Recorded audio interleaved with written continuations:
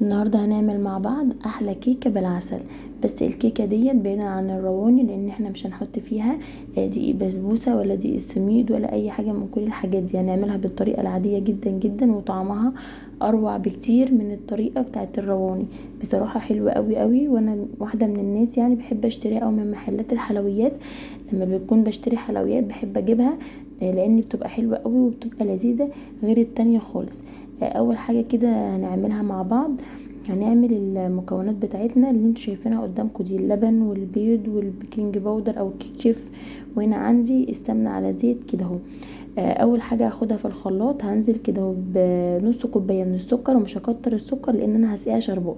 وهنزل عليهم بمعلقه كده كبيره من الخل والبيضتين، وهنا طبعا نص سمنه على نص زيت، وكوبايه اللبن. تمام كده اهو، دي المكونات اللي انا هستخدمها ليها. احنا مش هنخلي قوامها فاتح ولا اي حاجه، احنا هنحط ده كله على بعضه كده في الخلاط، واحط عليهم كده كيسين الفانيليا زي ما انتوا شايفين بالشكل ده. هضربهم بقى كويس جدا في الخلاط لحد ما الخليط كله يندمج كله مع بعضه، وكله يبقى مظبوط وقوامه مظبوط. وخلاص كده اهو، بعد ما اتفرم كويس هروح بقى واخده الدقيق بتاعي. انا هحط هنا كوبايتين من الدقيق بالكوبايه المعياريه اللي انتوا شايفينها دي. الكوبايه كده اهو مش هتبقى مليانه قوي يعني، اللي هو على وش الدقيق. هي على فكره الكوبايه فيها فراغ من جوه، يعني مش مليانه على الاخر. وهنا هستخدم كيس من الكيك شيف. لو عندك بيكنج باودر تمام، مفيش اي مشكله، الاتنين بيدوا نفس النتيجه. هو الكيك شيف احسن شويه، بس برضو البيكنج باودر تمام شغال.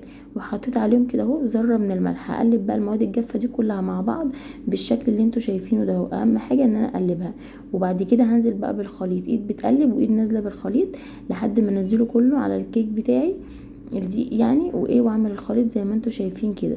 ده الخليط وده القوام المظبوط للكيكه، وبيكون حلو جدا جدا.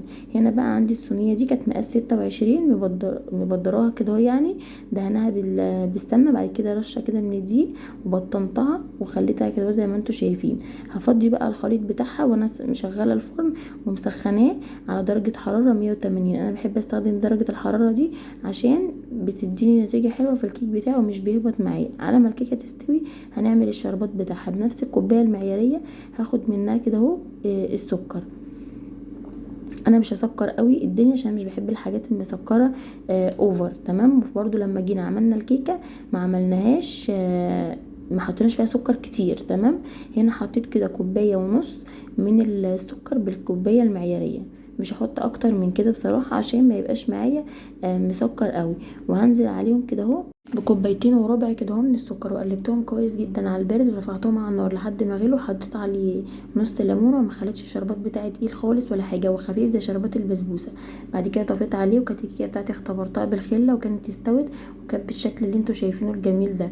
وبعد كده رحت سقيتها بقى، وهي بعد ما بردت 5 دقايق بس والشربات كان لسه سخنه، رحت سقياها بالشكل ده. ما تستنيش لما تبرد خالص عشان تشرب الكيك بتاعك وتديكي نتيجه وطعم مظبوط. واهم حاجه الكيكه يا جماعه الدقيق بتاعها يكون نوع كويس، والسمنه اللي احنا بنستخدمها او الزيت يكون حاجه نظيفه، عشان ده بيبان في طعم الكيكه، ولا بيبين لك طعمها بيكون عامل ازاي.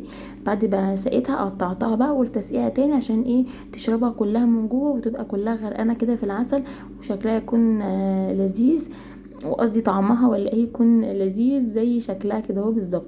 قعدت ان انا بقى الف في الصينيه كويس قوي عشان اشربها كلها بالمنظر ده. وبعد كده بقى بصراحه انا ما قدرتش استنى، قلت لازم اطلع منها وشوف شكلها عامل ازاي. وانتوا اكيد شايفين البخار بتاعها طالع قدامكم. بجد يا جماعه كانت طريه جدا جدا، وكان طعمها روعه، وكانت تحفه قوي. تقدري تضيفي عليها مثلا رشه كده من جوز الهند لو حابه ان انت تعمليها ساده براحتك، كان تاكليها ساده تمام اللي انت حباه وترتاحي فيه اعمليه.